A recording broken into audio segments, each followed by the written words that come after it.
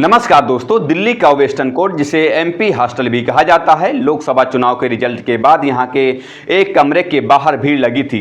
हाथ में गेंदे के फूलों की माला, गुलदस्ते और मिठाइयों के डिब्बे थे।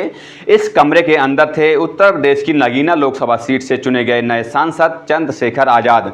चंद्रशेखर ने 1,51,000 के वोटों के अंतर से यह चुनाव जीत लिया था। चंद्रशेखर ने अकेले के दम पर यह चुनाव लड़ा, इसलिए उनके जीतते ही यह चर्चा होने लगी कि वो एनडीए के साथ जाएंगे या फिर इंडिया गठबंधन के साथ। इस पर चंद्रशेखर ने दोनों के साथ ही जाने से इनकार कर दिया था। लेकिन अब कांग्रेस के एक नए सांसद चंद्रशेखर को इंडिया गठबंधन में शामिल होने का निमंत्रण दे दिया।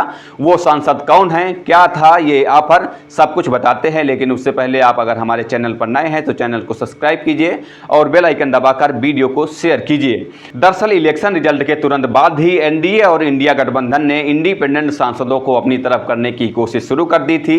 इसी में एक बड़ा नाम था चंद्रशेखर आजाद का। सभी की नजरें टिकी थी कि वह किस तरफ जाएंगे। इसी बीच चंद्रशेखर ने बीबीसी को दिए एक इंटरव्यू में कहा कि उनकी आजाद समाज पार्टी ने यूपी की सिर्फ 2 सीटों पर चुनाव लड़ा, नगीना और डुमरियागंज, जिसमें नगीना में उनकी जीत हुई और डुमरियागंज में 80,000 वोट उनको मिले।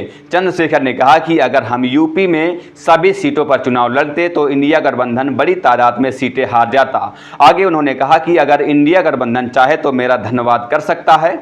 और अब लोकसभा चुनाव में भी हम 2 सीटों पे लड़े हैं।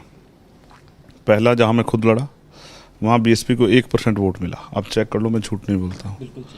दूसरी बात, हम दूसरा चुनाव लड़े डुमरियागंज में, जो हमने 4 दिन पहले फैसला लिया, जबकि चुनाव बिल्कुल बाईपोल हो गया था। क्या तो ईस्ट अलायंस को वोट दे रहे थे, ईस्ट अलायंस को, और मीडिया भी यही दिखा रहा था और किसी प्रत्याशी को दिखाने को राजी नहीं था। यही दिखा रहा था मीडिया कि क्या तो इनको वोट जा रहा है, इनको जा रहा है।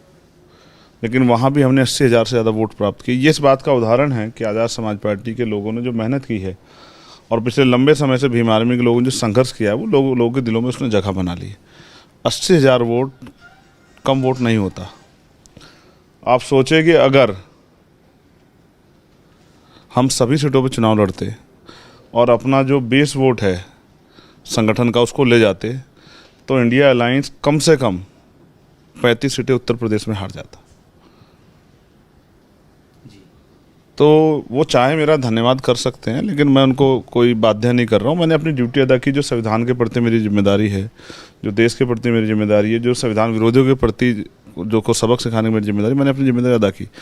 चंद्रशेखर ने इंटरव्यू में यूपी चुनाव में कांग्रेस का साथ देने की बात कही। इस बात के बाद चर्चाएं तेज हो गई कि चंद्रशेखर इंडिया गठबंधन के साथ जा सकते हैं।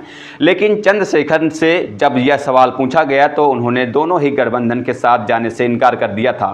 साथ ही यह भी कहा कि अगर एनडीए वाले उन्हें प्रधानमंत्री भी बना देंगे तो भी उनके साथ नहीं जाएंगे। पिछली बार मैंने जब आपका साक्षात्कार किया था, आपने कहा था मैं बीजेपी के साथ कभी नहीं जाऊंगा।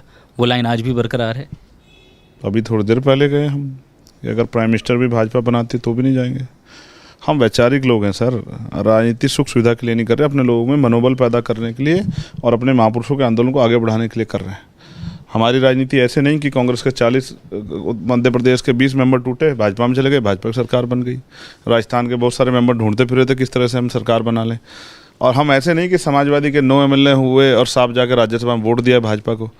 हम ऐसे लोग नहीं हैं सर, हम वैचारिक लोग हैं और हम विचार की शक्ति से यहाँ तक पहुँचे और हमारा विचार हमारी शक्ति है। हम मिट सकते हैं, इसको छोड़ नहीं सकते हैं सर। चंद्रशेखर के इस इंटरव्यू के बाद ये बात लगभग क्लियर हो गई थी कि वो इंडिपेंडेंट ही रहेंगे। लेकिन इस चर्चा को फिर हवा दी बाराबंकी से चुने गए नए सांसद तनुज पुनिया ने। तनुज पुनिया यूपी के गद्दावर नेता पीएल पुनिया के बेटे हैं। तनुज पुनिया ने यूपी तक को दिए इंटरव्यू में चंद्रशेखर की तारीफ की और उनको इंडिया गठबंधन में शामिल होने का ऑफर दे डाला। हालांकि इस पर चंद्रशेखर का कोई जवाब नहीं आया। अब देखना यह होगा कि अगर कभी इंडिया गठबंधन को जरूरत पड़ी तो चंद्रशेखर इंडिया गठबंधन का साथ देते हैं या नहीं। फिलहाल आपकी क्या राय है, हमें कमेंट करके जरूर बताइएगा।